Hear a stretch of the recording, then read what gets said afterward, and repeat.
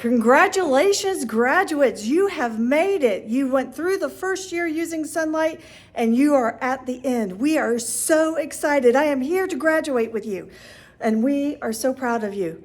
You are moving on from the Newbies Group and you are now an experienced homeschooler, Sonlighter, all the adjectives you want to give yourselves.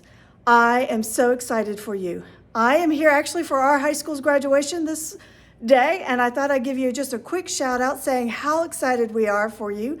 I wanted to let you guys know that I have a couple tips for you to avoid the summer slide.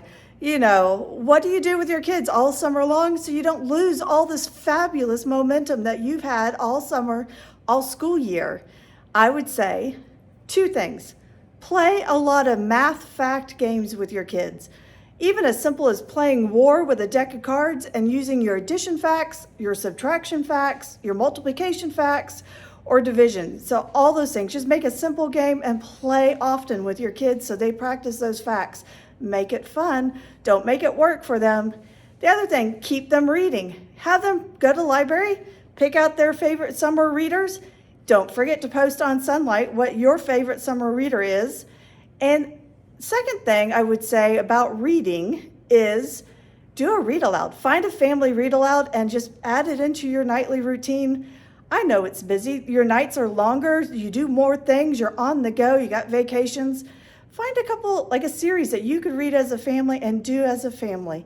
My husband used to love to read Chronicles of Narnia for the kids, and they loved to have it reread and reread to them. It was just a family favorite.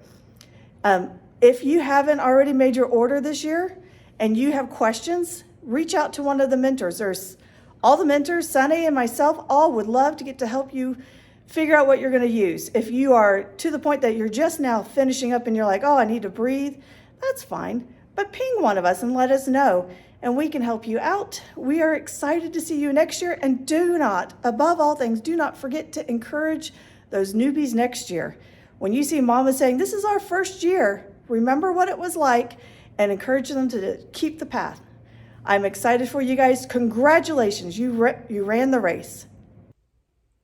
Hello, I am so excited to be here with you today as we wrap up the 2022-23 year Sonlight Newbies class. You did it, woohoo! You are no longer a new Sonlighter. You now have the title of Experienced Sonlighter. I'm so excited for you as you wrap up this year. Make sure that you take some time to celebrate your accomplishments, both you and your children and your whole family. You guys did this together, and that is no small feat. I'm really excited for you. I wanted to let you know that even though you're leaving our little newbies group, we are still here to support you. We are all out there in the big group, and we're still here as a resource for you as you go into your next year. If you are unsure what curriculum to order, please let us know. We are here to help make suggestions, share with you our experience, and still cheering you on for sure. As we enter the summer, I know a lot of people have a lot of concern about, is my child going to forget everything that I've taught them this year? And the first simple answer is no, they don't. We have review built into our math curriculums. Our language arts continues to go over grammar every year, so no need to fret about that. But there are some great things you can do over the summer to help your kids retain the things that you've learned, and it doesn't have to look like school. Take advantage of library reading programs this summer. That is one of the best, most motivating ways to get kids to read. So that's one tip I have for you. And another tip is to play games that involve math. Monopoly, Rummikub, lots of games that have numbers that force your kids to add or subtract, even a card game that your family loves that you have to keep score. Appoint that child as the scorekeeper. Not only will they work on their math, but it'll make them feel good too. So as you go into the summer, take a break, enjoy it, take a big breath, enjoy your family, and we can't wait to see you next school year. Talk to you later. Congratulations, newbie. You've completed your first year. What a big milestone that is, and I just want to congratulate you. I hope you'll stick around in the app, though, and help out with the new crop of newbies that will be coming in. They're going to have the same kinds of questions you are. And now you have experience, and you can share what worked and what didn't work in your household and help the new crop that will be coming in. So I do hope that you'll stick around in the app. My one tip for preventing boredom in the summertime and helping with the summer slide is to create a summer routine.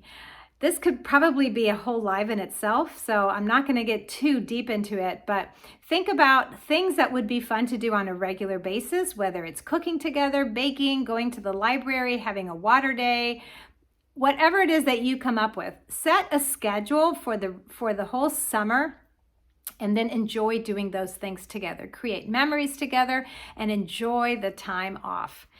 August will be here before you know it. As our newbies year comes to a close, congratulations on all the progress that you and your family have made working through the curriculum through this year. One of my favorite things to do whenever we do wrap up a school year is to look at all the readers and all the read alouds and all the history books.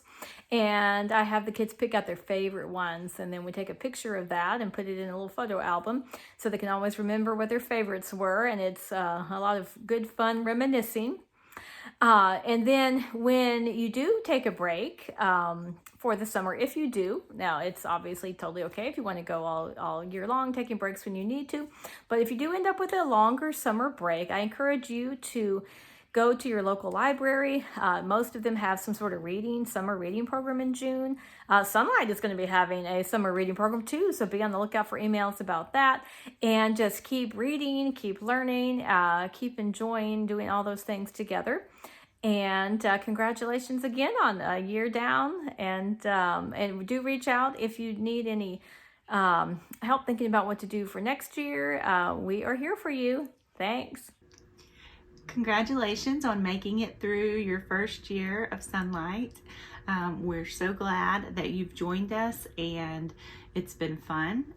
Whether it's been your best year yet or maybe one with some challenges, we're glad that you're here. We hope you felt supported, and it's been a joy to be a part of the journey. It's been very rewarding to hear back from people who in the beginning were, had some challenges, and I really appreciate those who've taken time to reach back out and say that things got better. They saw growth in their students, and that's been really encouraging to hear. And so whether it's been a great first year or one with challenges, I hope you felt supported, and I hope you continue to feel supported as we go forward and you join us in welcoming the new Sonlighters that are coming in. If you have any questions with what you are planning to do in the fall next year and what's next for you, whether it's the big choices or the little choices, I hope you'll reach out and see if we can help out with that. We would love to. And as always, my top tip for preventing the summer slide is to keep it fun. Keep learning going. Just go into a different gear where it maybe not every day, pepper in some fun along the way, some fun learning, fun books, maybe a summer journal. Maybe if you're going on a trip, you could write about it, or fun math games are always great. War is something that the card game that you can play with any numbered cards just to practice your math facts. Those are fun. Riding with sidewalk chalk, getting outside, enjoying the summer, and just keeping the learning going, but just doing it in a fun way. Hello, newbies. So this weekend is May, I guess Monday. Monday is May, which means you have made it through your first year of sunlighting. Congratulations. Even if you're not quite done, I know that a lot of you are choosing next year's curriculum. If you need help with that, please reach out on the app. All of us are happy to help you. And not only that, but we have had to choose before, and are happy to talk about where to do the next thing, what maybe it's time to switch up. So just let us know. Even though the newbies group will be ending, please still use the app to ask questions and talk to each other and ask the mentors questions. You'll still be able to see all of the videos and announcements that are posted. So we look forward to seeing you on the main page. So one of the things we worry about as homeschool moms, am I right, is summer slide and how to not lose the skills that the kids have gained and learned over the course of this school year. And my biggest tip for that is reading time. Our summer days are busy, and we're outside a lot, and we make plans with friends, and we cook out, and we go to the pool, and we go to the beach, and we go hiking, and we do all the things. But every day that we possibly can, we have quiet time. It's the big kid equivalent of nap time. If you still have babies, absolutely use nap time and make everybody take a book, go be, alone with their book so that everybody can reboot a little, but they get some practice with their reading, with their comprehension. They don't get out of the habit. My rule is I don't want to hear your mouth or your feet. So no talking and no getting up. And that prevents summer slide in my house. So congrats on the end of your year. I hope you'll be with us next year too. I will see you on the app. And that's all. Bye. Hi, Sonlight Newbies. Congratulations on wrapping up your first year homeschooling with Sonlight. Whether you're already done or you're getting close, I just want to tell you how proud I am of you and how much you've accomplished this year. I am so excited. Also, the mentors and I are still here for you, so don't think that because you're no longer a newbie that we can't help you out. We love to help all of our Sonlighters. So if you need help figuring out what to order for next year, how to wind down your school year, or anything else you're struggling with, please reach out to your mentors and me. I would love to help you. Additionally, in today's event, we're going to be talking all about the summer slide and how to prevent it. There's lots of fun ways to keep your kids learning all year long so that you don't have as much regression during the summer. But for me personally, I don't actually do a whole lot. I have never found that my kids regress a lot because as Sonlighters, we constantly look for opportunities to learn in everything we do. So in the summertime, we love to camp and hike and raft and swim and do all sorts of fun outdoorsy things, but you can learn no matter where you are. So we read a lot, we learn depending on what we're doing, and then we come back for school after a nice break ready to go. I've started school as early as July 30th and as late as September 15th. So look at your calendar, look at what's going on with your family, and figure out what's going to work best for you. But enjoy your time this summer as a family to take a little break and recharge before you come back to school next year. And like I said, if you need anything at all, please let us know. We love having you as part of our Sonlight Connections community. Congratulations, Sonlight Newbies, on finishing your first year. We're so proud of you. And don't forget, we'll still be here next year, even though you won't be a newbie. Keep posting your comments, questions, pictures on our app. We love to see them. Hey, my top tip for the summer is take a break. Never underestimate the power of a good break. We all need one. So you can work in math facts and some other stuff on the sly, but make sure you take 1, 2, 3 good solid weeks of a real break.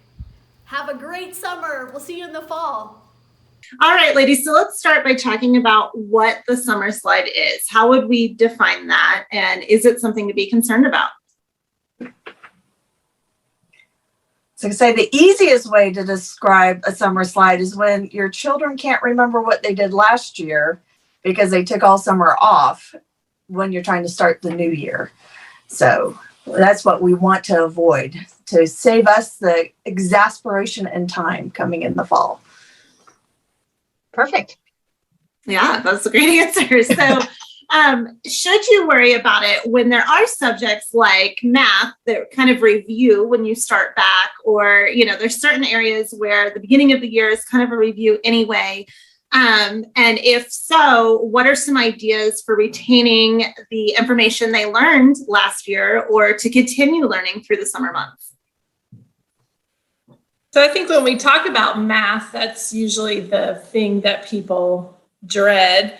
I don't think you need to do an hour of math every day during the summer, but I do think it is helpful and makes your start back to school less painful, with less eye-rolling, tears, flailing about on the floor. Not that I have personal experience with that. If you do, try to at least keep some math going, especially when they're little and you just mastered your addition facts. To give 3 months with absolutely no practice, you're setting yourself up, I think, for maybe not failure, but frustration, because that is a thing that we do need to keep fresh in our brains. So I do think there is value in incorporating some things into your daily life, even in the summer. Perfect. So Lisa, you started a little bit with math. What are some ideas for math specifically for keeping those skills sharp all summer long? I think Sonlight sells some great resources. We have the Math Adventures workbooks, which are not like a math workbook. It does do some fun math things. Life of Fred is a fun way to see how math is incorporated throughout your real life. As Fred encounters life, he has to do math. And then the Mathtacular DVDs, you might pop that in the car DVD player when you're on a trip, or if it's a rainy day. It's not sitting at your desk doing a worksheet. It's humorous and something fun. So those are some resources that Sonlight has available. But, you can do math at the grocery store. You can do math in the kitchen with baking or measuring, or, doubling a recipe, having a recipe. So many ways that you can incorporate math. One thing we did when my daughter was probably between the summer of kindergarten and first, maybe, we had a 4th of July party that she sponsored, like she was in charge. So she used math to make a budget. She used math to stick to her budget. She used math as she made her recipes and snacks. And she used some other skills, which aren't math, we'll talk about later. But that was a great way. It gave her a project and she was in charge of it. And she was learning and didn't even know it. So lots of ways you can incorporate math into day-to-day life. In our family, we followed a summer schedule. I had read a book. I think it's out of print. It's called Sanity in the Summertime. It was an old Focus on the Family book that I had heard about, and it gave you ideas on how you can have a summer schedule so that kids don't get bored and you can do fun things.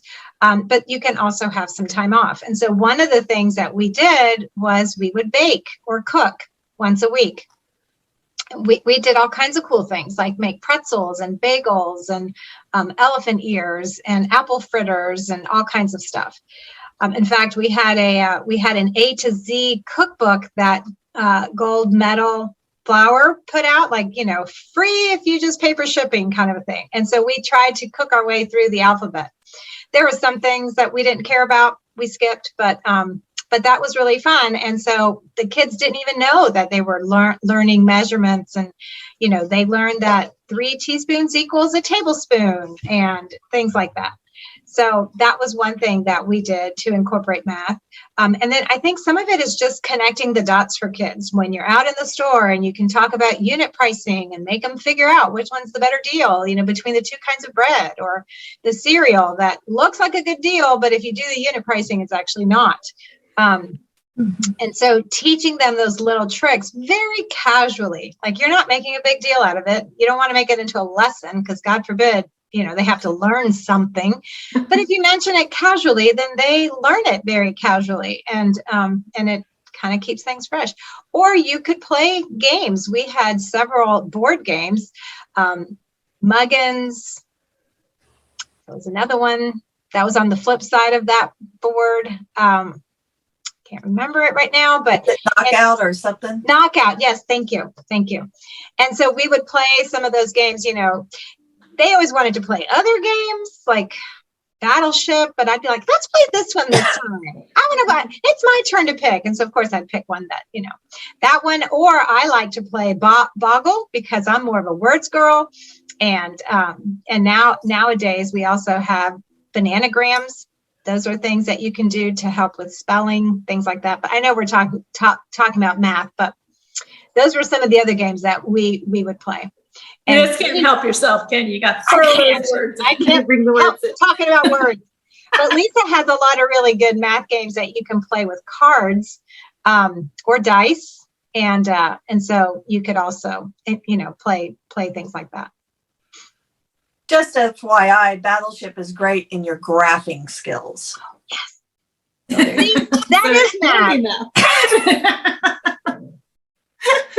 Math and a little bit of history, learning about what a carrier is and what a battleship is and all of that. And I know you guys mentioned shopping. This is something that always comes up because my kids have birthdays that are very close to each other. And so they get all their gift cards and birthday money all at the same time. And so I like to let them pick out, you know, what they want within reason, but they have to figure out, okay, how much is my $25 gift card going to cover? Would I rather have this or that? And don't forget about tax. And so that's kind of how they work on their math skills. And, you know, whenever in the summertime, oftentimes that's when grandparents come to town and they'll take them out for a treat. And we always tell our parents, okay, let them spend their money and, you know, help them with the math if they need it, but they love to take them shopping. So we like to do that where they're getting something fun. They don't really realize how much math they're using to do that. And Sheila, you mentioned bananagrams and some of those word games. So let's talk about reading and writing. How do we keep those skills fresh in the summer as well? So one of our other days that we would do in our summer schedule was library day. And we would go once a week to the library and check out books. And our library has a reading program where kids can, you know, if they read a certain number of books a week, they can earn prizes. So we participated in that. And that was very motivational for my kids. It's funny, as much as I love to read and as much as we did Sonlight, and so we used a literature-based curriculum, 2 of my 3 kids are dyslexic. So reading was never their first thing that they wanted to do, but they were motivated by the prizes. And we would also read aloud because I love to read.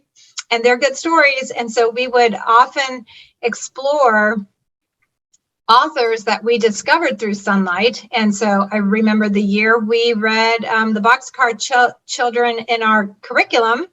We went and found all the Boxcar Children at the library and would read those in order. Got to be in order. And then my son discovered Encyclopedia Brown, so he wanted to read all the Encyclopedia Brown books. And so that's another thing that you can do is just let your kids explore some of the books that they loved in the year and see if there are other books by the same author.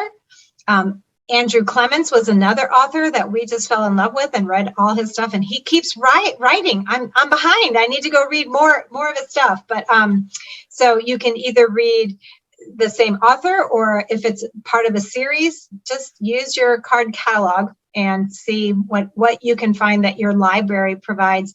And if your library does not have a reward program, you can create one. You can say, for every 5 books you get a star, or you get a star for every book you read, and then X amount of stars you can cash in for different things. And, you know, and incentives really work. And so if you can find ways to make it fun and not make it a requirement, but we would do what we called DEAR, DEAR, and that stands for drop everything and read.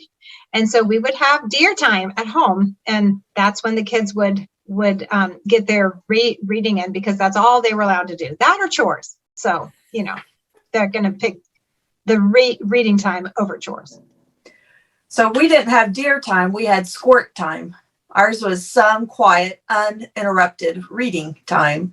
And I would schedule it like a half hour every day when maybe the baby was close to nap time or was trying to give up nap, but that was our quiet time in the house. So Yeah, that was a lovely time in my life when my last one learned to read, and because we'd always had reading time, but it always involved me reading to someone at some point. And then when the last one learned to actually read a book, Magic Tree House or the A to Z Mysteries, those great first reader chapter books, and I actually got to read, I promise there was like angels singing in my house, because we also had, we called it Dear, Drop Everything and Read. I think that's from Ramona. I think that's how I learned it. Okay. I think Ramona has that in her school. And I could finally read for myself. And that was a timer I did cheat on. I'm big on timers, and I say don't cheat the timer. But I'm pretty sure I cheated that timer. Just can't. Another thing, yeah. Another thing that we did during the summer was a book club with our friends. One summer we did the A to Z Mysteries in the book club, and they would meet and talk about it. So that was fun, and that was a little extra motivation for them to read. They did not want to not know what their friends were talking about. So that was fun. And there was snacks and usually a little outside water time. It wasn't all books, but it was good motivation to get together, and gave them a reason to need to read. So you could always organize a little book club as well. Another thing we did was the Chronicle of Narnia series. We took one summer, and my husband read those to the kids at night. So a couple chapters every night. And that was our family reading time. So Yeah, I'm so spoiled with that is no schedule. When you have to make your own read alouds, you don't have a schedule. Just read until your voice goes away. That's your schedule. The limit is your voice. That or when the kids start jumping around and driving you crazy, because you could always tell that too, like, okay, this kid's done. But I love what you all said, because you establish a culture of just reading all the time. All three of you said that you read, you're reading to your kids. Once they're old enough to read, then they start reading on their own, because then it is fun. It doesn't feel like school necessarily. It's just, this is what we do as a family. And I know I had one child who was very excited to read and loved going to the library. And then another child who did not like that as well, until I let him pick out his own books. And sometimes they were way easier than what he could read, or, graphic novels and a lot of pictures and things like that. But once he realized, oh, there's books out here I like, it made all of his reading easier, because I think before he thought, oh, it's just words on a page, nothing to look at. I don't love this. He's my very creative child. So anything with pictures or anything like that, he just loves. So we talked about reading. What about writing? I know oftentimes reading is easier for kids. Oftentimes it's more fun because you get to read a story somebody else wrote. But how do we practice writing and making sure that those skills stay sharp as well? Well, I'm actually going to advocate that reading also helps your writing, because you are reading good writing. And so you have a great example of what good writing looks like. So when it's sort of like the whole computer thing, garbage in, garbage out. When you are inputting really good writing by reading it, then it just sort of absorbs into you and it becomes a part of you. But besides that, playing those word games is a great way to just keep vocabulary, spelling, those kinds of things active. We did not do this, but one thing you could do is to write letters to grandma. And if you wanted to do like Writing Wednesday and just pick a day, and then you could recap your week. You can have each child recap their week, the things that you did.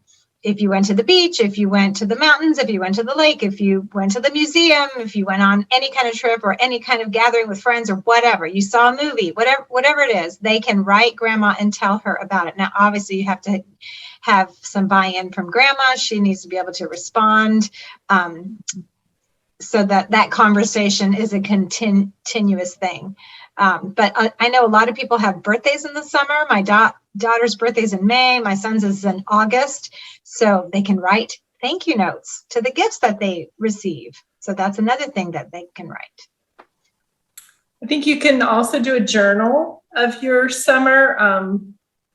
One year, actually got the idea from Sheila. My girls, I think even at Sheila's house, made a summer poster, like a summer calendar, and they did stickers and decorated it. And then I made them journal something. It was large, like it was 2 poster boards. So they had to write a sentence each day. If it was a beach day, they had to write some kind of sentence on the poster about a beach day.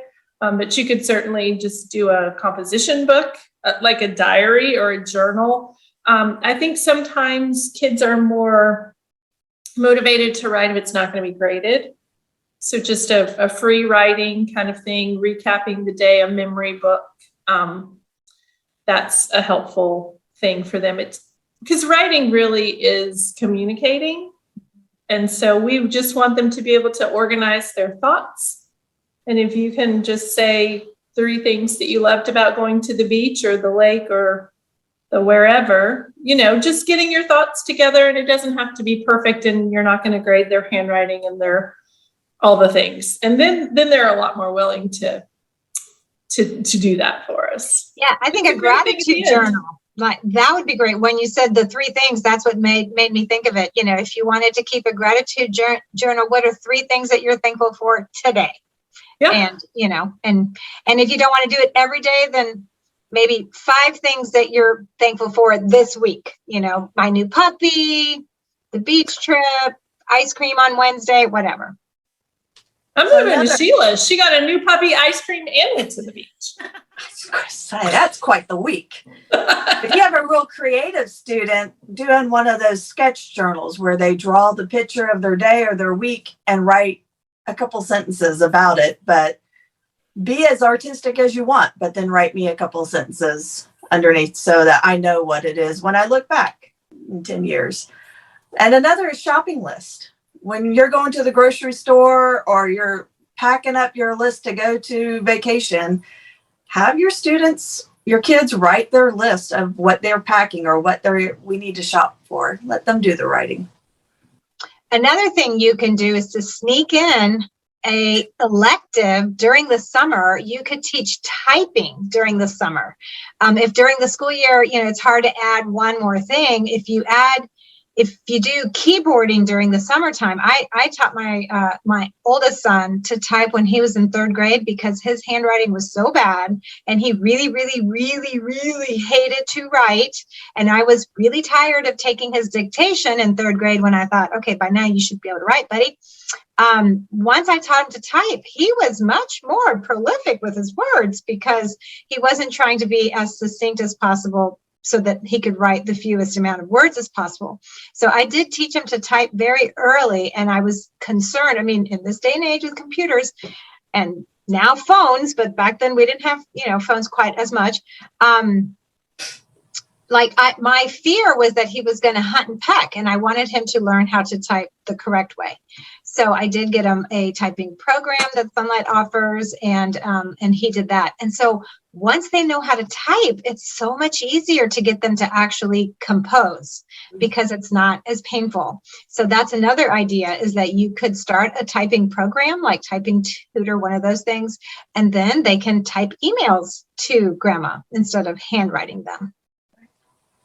Yeah, so many great ideas that you guys have shared. Let's talk about some of the other Sonlight resources that we have. I know we've talked a little bit about Mathtacular, Life of Fred.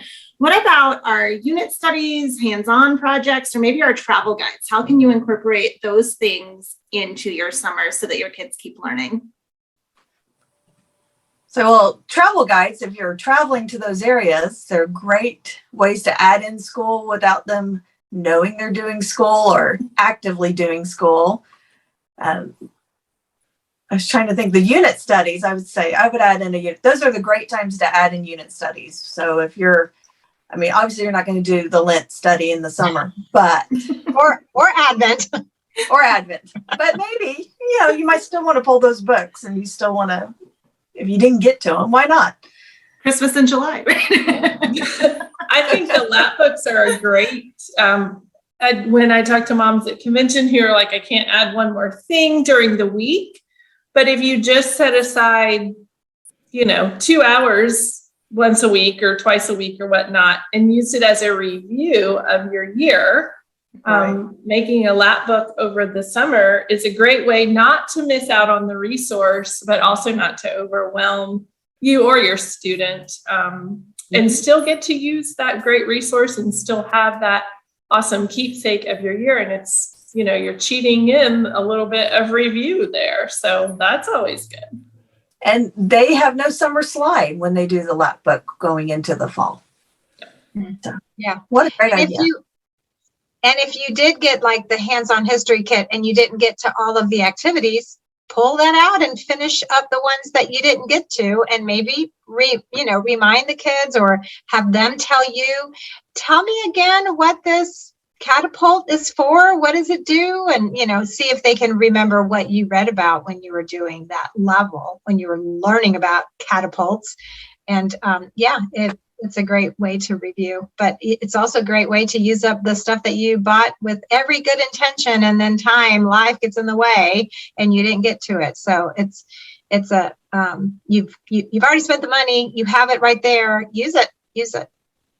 Yep. I agree with that. We always have a few, whether it be like hands-on history or science experiments or timeline figures or something that we didn't get to. Sometimes it's one read aloud. And so, we just stop our school year when we planned, but then we do those other activities throughout the summer, and it doesn't feel as stressful or like we're trying to cram it in. And I do think the kids they have more fun and they get more out of it that way. So let's talk about kind of that passive learning or creating that lifestyle of learning. What are some ways that you can weave learning into your everyday life and maybe take advantage of, camps that happen in the summer or museums or things like that as well? We love to go to the nature programs that our city has around town. They had some in the summertime, but we would just do them year round. And the kids learn so much about animals and local plants and things like that. They could identify beautyberry bushes and the different kinds of butterflies that are around our town. We planted a lot of butterfly friendly plants to attract butterflies. So you could do the butterfly unit study when it comes out, and then plant some plants to invite butterflies into your yard. And you can talk all about the life cycle. I mean, there's just so much that you can do. So much of it is just kind of keeping your eye open for different things. If you're somewhere and you see, those brown signs that indicate some sort of historical marker or, park or something like that, make a plan to go visit that. Go check it out. Go see what it's about. Read all the little details about things. Sometimes I would be more into it than the kids would. So sometimes I would absorb the information and then again, very casually happen to mention, oh, did you know that? And again, the kids would just be like, oh, no, I didn't know that. But it wasn't like, oh, kids, we're going to go over here and we're going to learn about Pedro Menendez or whatever. So just keeping your eye open for things that are around you and being curious and being willing to learn. I think it's a great idea to spend a little time gathering just a list of things that are nearby, day trips or short trips for rainy days or something like that. And then when you wake up and it's raining, you're not scrambling and people are thrashing about, I'm bored, there's nothing to do. If you just have a resource list of something, oh, well, you know what? We have these 15 things of rainy days. Let's pick one. And maybe then it is a bit more obvious that you're being educational, but maybe not. It might still be a great robotics display at the local children's museum or something like that. So I think being a little proactive to have some things already in your arsenal is helpful. But I do think, like Sheila said, I love a brown sign, can hardly resist one. It's just, And some of those things are the most fun that we've had because it was an unplanned day. We just set off seeing what we could see. And there might have been ice cream involved or, something like that, but we still learned. And I think because we always homeschooled in a way that Sonlight promotes so well, that it's a lifestyle of learning, not just school at home. So school really is never out. We just want to raise lifelong learners, and that's how you do it, is by stopping at every brown sign that you have the opportunity to stop at. And when you show that you're curious, like you want to learn, it's not like I'm trying to pour this information into you, but like you actually want to learn and you're not afraid to be a beginner. Like 1 year I was like, I'm going to learn to knit, and I learned to knit, and it was messy, but I got better, and I wasn't afraid to be a beginner in front of my kids, to show them that even adults don't know everything and we can learn new things. And so when you're willing to be that kind of person in front of your kids, you're modeling it for them. So it's not, oh, mom, you're trying to cram this information. It's like, no, this is mom, and she wants to do these things, and she's going to drag me along, and we're going to learn it too, So one thing that we haven't talked about is having your garden outside, adding in the science as well as some math and whatnot. But that's part of a lifestyle change for families. They garden, they plan for their summer. And then chickens. Oh, yeah. And my chickens, I got chickens. How many eggs are you going to get? And will it sustain your family? And when is too much? So.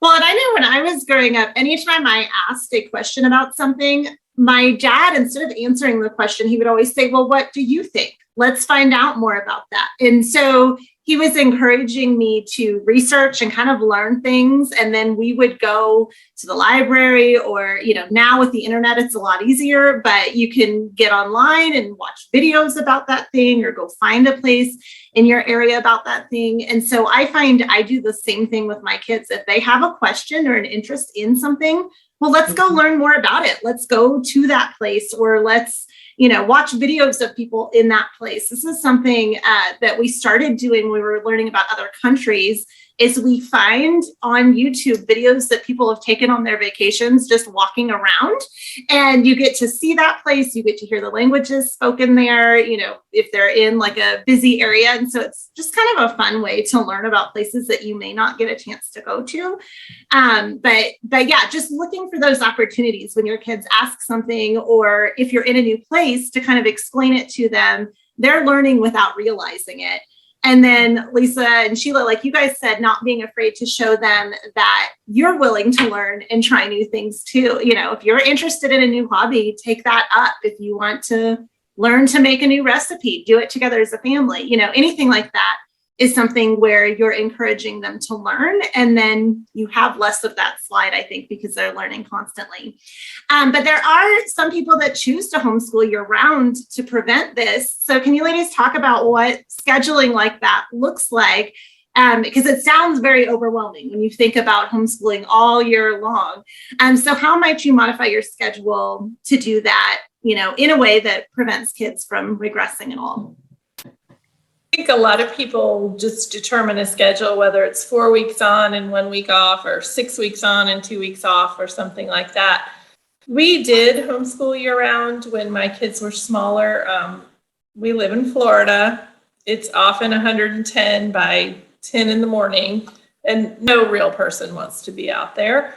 But our motto was always, we were going to do school unless something better came along. So if someone called and said, hey, do you want to go to the beach, or do you want to come over and swim, or run away to Siberia where it's not 110 degrees, we were always up for that.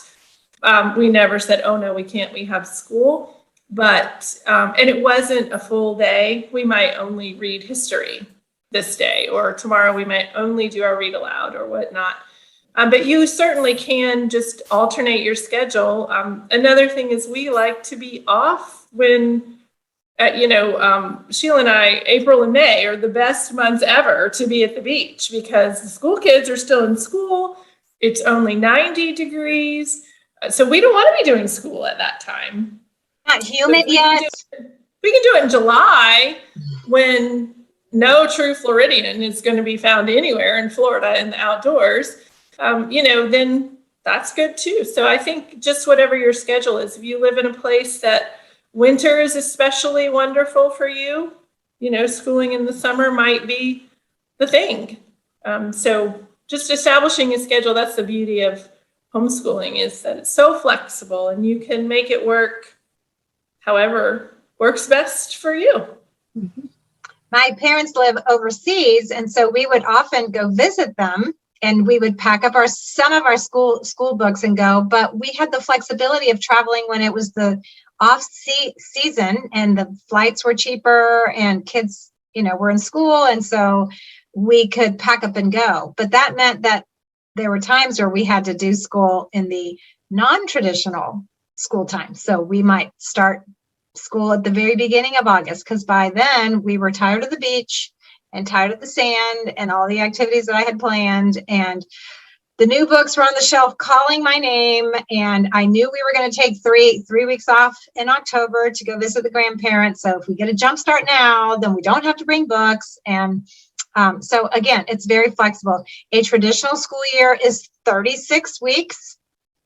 And you can break it up however you want, but you can also stretch it out and slow it down. It's just a matter of making progress. I've taught in a co-op class before, and I did have a student who skipped just about every class and did not learn. And that was to the mother. I faulted the mother because they went to Disney every Friday. And so they weren't in co-op. And so he wasn't writing a paper for my class. So you can't always play. You have to do school. You have to put it in. But being flexible is part of the joy of homeschooling. So it's a balance of getting the work done, but also being allowed to play on beautiful days. Sometimes it's a mindset in moms that they don't have to stay on the public school schedule. Just because they're in session doesn't mean you have to be in session. And just because they're on break doesn't mean you have to be on break. We've always taken from before Thanksgiving till the second week of January off to have all the Christmas time, because there's just so much going on. It wasn't totally not school, but it was definitely very relaxed. And come spring, when it calls, I'm outside.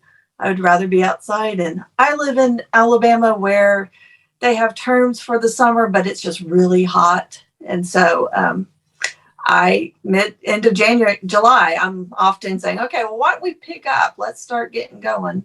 So we start slow, but yeah. Few days a week. Oh, good. No, I was going to say, I love what you guys are saying about the heat, because living in Colorado, I'm the opposite. We do have, of course, great winter activities here, but I don't like the cold. And so in the summer, I want to be whitewater rafting and hiking and on my paddleboard and in our camper and doing all the summer things. So we do usually try to take a summer break. But Jonna, like you said, starting with maybe 2 or 3 days a week, we usually do that when we're easing back into school. So we might start like a read aloud at the end of July, early August, or maybe the history book, or, because I love history. That's my favorite subject. And so, we might start with a few things, but not charge in with the full year until school's back in session. And then what you said about you might be doing school when other kids are on break, that's something we've always done with spring break. To me, there's no point in taking spring break if we can get done a week earlier in the year. And so that this year was a little bit harder for my kids when they would see their friends out playing, but I just reminded them, well, you can get your schoolwork done earlier in the day, and then you can still go play with your friends, that are home. And then next week or the week after, when we go somewhere, we don't have to worry about doing school as much. So yeah, like Sheila, to your point about making sure you're doing something and staying on track, that you can change your schedule to whatever it needs to be. Do you guys have anything else to add before we wrap up? I was just going to point out, on our snow days, when the local schools was on snow days, I let my kids go play. And then when everyone wanted to be in for hot chocolate, then we did school. So we still had a school day and a snow day. And a snow day. My kids have never had a snow day. We don't get snow days. Wah, wah. We get hurricane days. Hurricane days. But it's in the summertime usually, September, but yeah. But We hey, have tornado Hurricane days. Day is an awesome day to get some read aloud stuff done. Yes, Because you don't want to move because the air is out. yes. It's hot. Ooh, yeah. And you can't watch TV, there's no power, and you certainly can't go outside. So it is a great way to get some read alouds in. Yeah, absolutely. Well, thank you, ladies, for joining me. As always, you bring so many great ideas to the table. And for anybody who's watching, if you need help figuring out your specific situation, definitely post those questions in our Sonlight app. We are all in there and we would love to answer them for you. Absolutely.